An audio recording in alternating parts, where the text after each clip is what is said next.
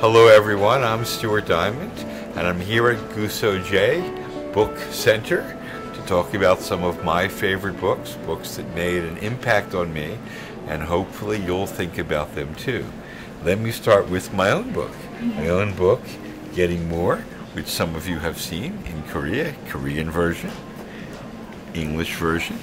It's a book that talks about how important it is to value the perceptions and emotions of the other party to get more in your life.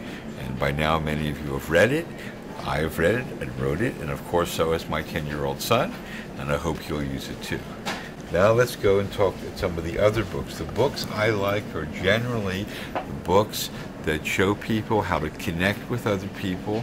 They're about the triumph of the human spirit, and they're about helping people get a better life.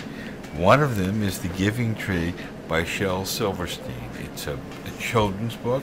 It basically says that however other people act toward you, you should be a giving person. You should try, if you love them, you don't ask for things in return. You try to make their life better. And this is a wonderful book for children about this, because it says however much or however little you have, that you can always find a way to give something to somebody else. Another book I want to talk about, a new book called The Tools. The Tools is a new book, and it talks about how you make a better life for yourself. Not getting negative about yesterday, focusing on things that are a little less comfortable for you. People, they watch television, they do computer games, all to avoid doing things that are harder. And it talks about how you get yourself in the frame of mind to do things that are harder in order to get better every day.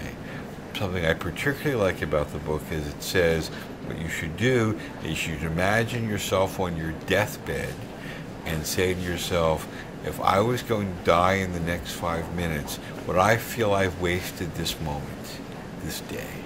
It's about living for today and making the most out of it. So I particularly like that book for this reason. One of my favorite books was a book written more than 60 years ago called Alas, Babylon. It's a book about a small community in Florida that survives a nuclear war between the United States and Russia, and how they live for a year until help comes. And it's about the fact that at any moment, everything you have could disappear. Power, water, electricity, communications to the outside world, and how you cope under those circumstances. And of course, in the end, it doesn't matter whether you've won or you've lost. It only matters whether you can make it to the next day. Had a big impression on me when I was a boy. One of my favorite books also was Dr. Zhivago. Dr. Zhivago was one of the books that Boris Pasternak won a Nobel Prize for. It's about making one's own way and being innovative and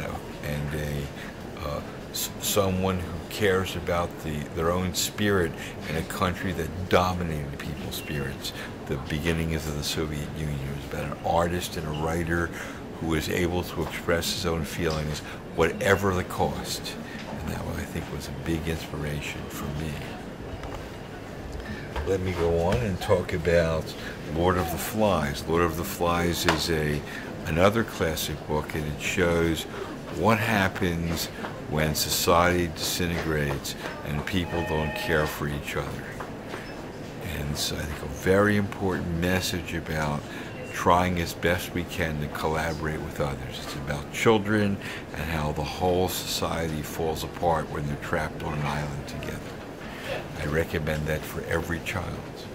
Prophet is a book by a Middle Eastern poet. It's the only Middle Eastern book in my collection here.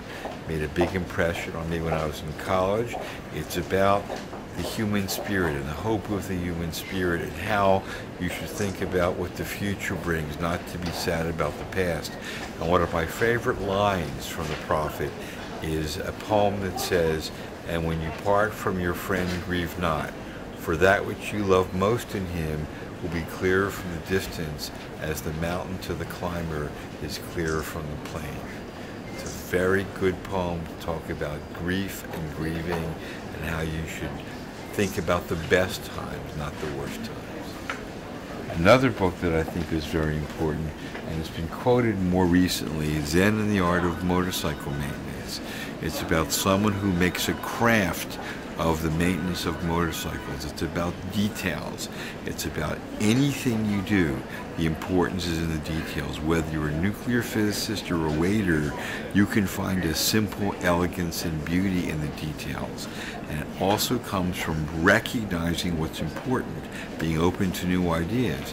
There's a line in this book on page 7, I believe, which says, "Some people spend their whole life looking for the truth, and then one day the truth comes along and knocks on their door, and they say, 'Go away, I'm looking for the truth.'"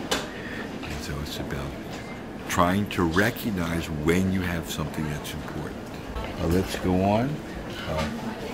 The Selected Stories of O. Henry. O. Henry was a writer in the late 19th century, and he also talked about the wonderful daily triumphs and troubles that people have and how they overcome them. And again, it's a story that I would recommend to anyone. Hemingway's The Old Man and the Sea is another very important book. It's about an old man who goes out to catch a big fish, and he catches the biggest fish of his life. The sharks eat the fish, and he only comes back with the skeleton, but it's told almost as poetry. It talks about that it's the effort itself that's important, not just the result. That if you can try to do something that's bigger than yourself, you will succeed. Even if it's difficult, even if it's not ultimately successful, you as a person should have the strength of character to continue. In Search of Excellence is the last book on my list here, and what I like about In Search of Excellence is two things.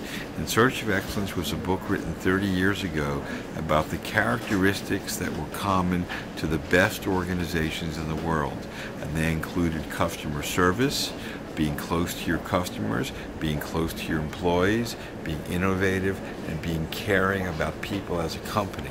And why I like it is because, first of all, it's the right thing to say, and second of all, a lot of the companies that are profiled in this book have lost this quality in the last 30 years. And a lot of companies no longer do this. They mistreat their employees, they don't care about the customers, and they're not very human. So both as a lesson what to do and an object lesson how you can lose it, it's an important thing to be thinking about. As you can see, there are books that have affected my life from a wide variety of disciplines, from children's books to books about adolescence, to books about corporations, to books about fishing. And I think that I found that the more experiences you have in your life, the broader your life, the more creative you are, and the more people you can talk to. And that, of course, is what books do for you. Books are collections of human stories. And that's why I love to hang around bookstores. I love to hang around libraries, because it causes me to have a better connection with the people in the world that I live in. One final message that I wanted to leave you with. My goal in picking all these books was for myself to make today better than yesterday and tomorrow better than today. We can't change yesterday, but we can improve today and tomorrow, and that's a good message for everyone in conducting their lives. Thank you very much, and best wishes.